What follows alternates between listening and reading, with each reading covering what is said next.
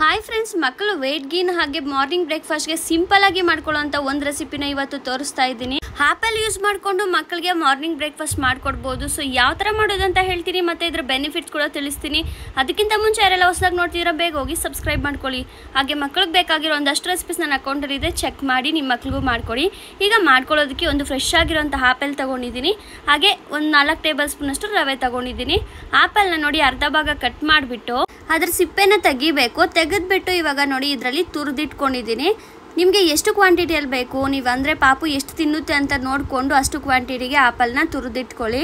Different ಆಗಿ ಮಕ್ಕಳಿಗೆ ಮಾಡಿಕೊಟ್ಟಾಗ ತುಂಬ ಇಷ್ಟಪಟ್ಟು ತಿಂತಾರೆ. ಆಪಲ್ ಮಕ್ಕಳಿಗೆ ಕೊಡೋದ್ರಿಂದ ತುಂಬಾ ಒಳ್ಳೆಯದು.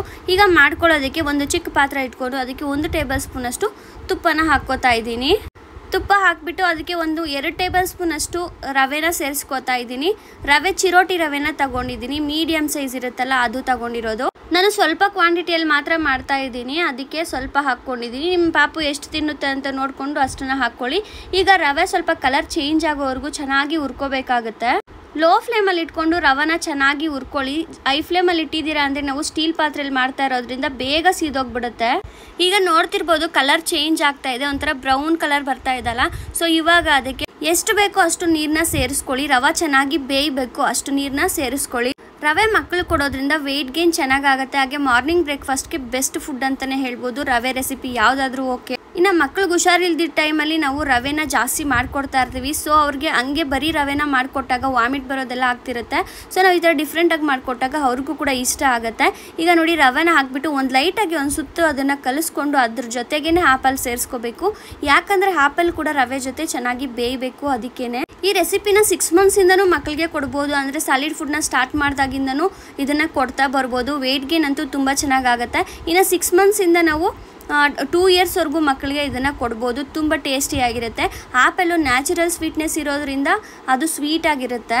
ಈಗ ಆಪಲ್ಲು ಮತ್ತು ರವೆ ಎರಡೂ ಬೇಯೋವರೆಗೂ ಚೆನ್ನಾಗಿ ಬೇಯಿಸ್ಕೊಳ್ಳಿ. ಮೀಡಿಯಂ ಫ್ಲೇಮಲ್ಲೇ ಇದನ್ನು ಬೇಯಿಸ್ಕೊಳ್ಳಿ. ಹೈ ಫ್ಲೇಮ್ ಇಟ್ಟಿದ್ದೀರಾ ಅಂದರೆ ಸೀದೋಗೋ ಚಾನ್ಸಸ್ ಇರುತ್ತೆ.